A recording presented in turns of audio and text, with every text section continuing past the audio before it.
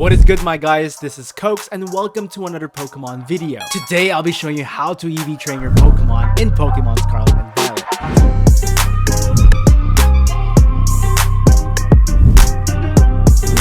Now, there are two methods to EV train in general. First is the use of vitamins. You can purchase these vitamins at any Chansey supply shop. Finding them is pretty easy. Just open your map and in Mesagoza, look through the store icons until you find the Chansey supply shop.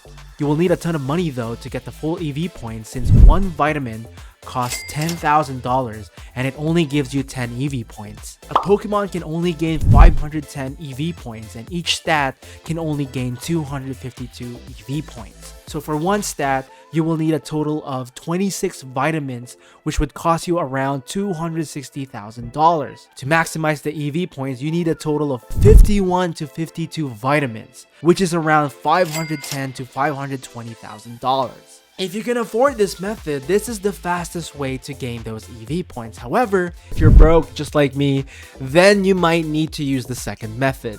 The second method is battling Pokemon. For every Pokemon you knock out, aside from getting experience, your team also earns EV points. Each Pokemon species has its own EV stat yield, meaning you can get EV points for a certain stat each time you battle a Pokemon. So the list of Pokemon and its own EV yield is down in the description, so if you want to check that out, please do so. All the information that you need to know, those things are in the description.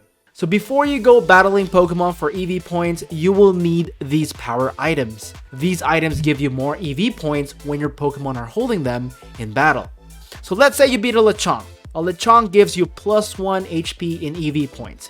You will only get plus 1 HP EV point after the battle. However, if you are holding the power item, in this case, the power weight, you get a boost of plus 8 HP EV points, which in total gives you plus 9 EV points in HP. So to get the full EV points, you need to beat a total of 28 Lechonks holding the power item, which gives you the full 252 EV points in HP. So once you figure out the math, let's get into the best locations to EV train your Pokemon.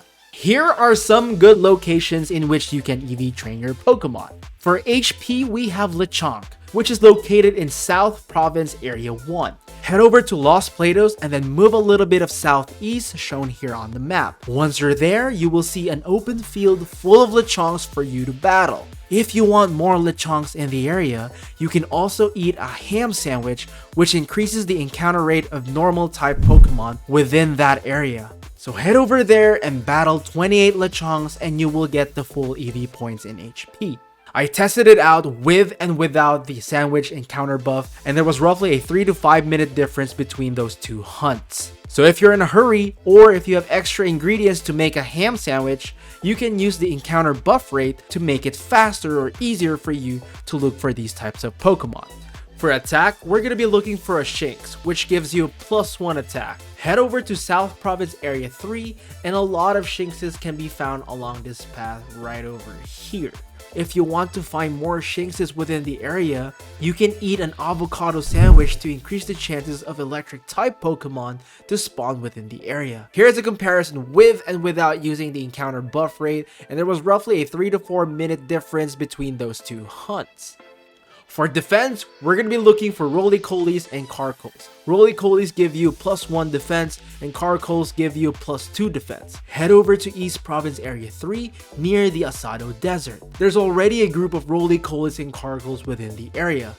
But if you want more of these Pokemon, you can eat a BLT sandwich, which will increase the chances of rock-type Pokemon to spawn within the area. Here's a comparison with and without using the encounter buff rate. And based on your chances, there's roughly a 3 to 5 minute difference between these two hunts. For special attacks, we're going to be looking for Mareeps and Smolives. Mareeps and Smolives give you plus 1 special attack. So just fly to the Pokemon Center at Cortondo East, and from there, you'll see a bunch of Smolives and Mareeps around the area. So for this specific location, I prefer eating an avocado sandwich right before you start EV training because a lot of Mareep will appear if you just explore the area. I tested it with and without using the encounter buff rate, and there was a significant difference between those two hunts. So if you have ingredients for an avocado sandwich, make sure you eat it to make it faster.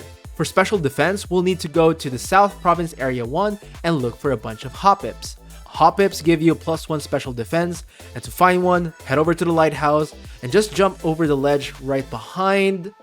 Fly around until you see an open field. Walk over here.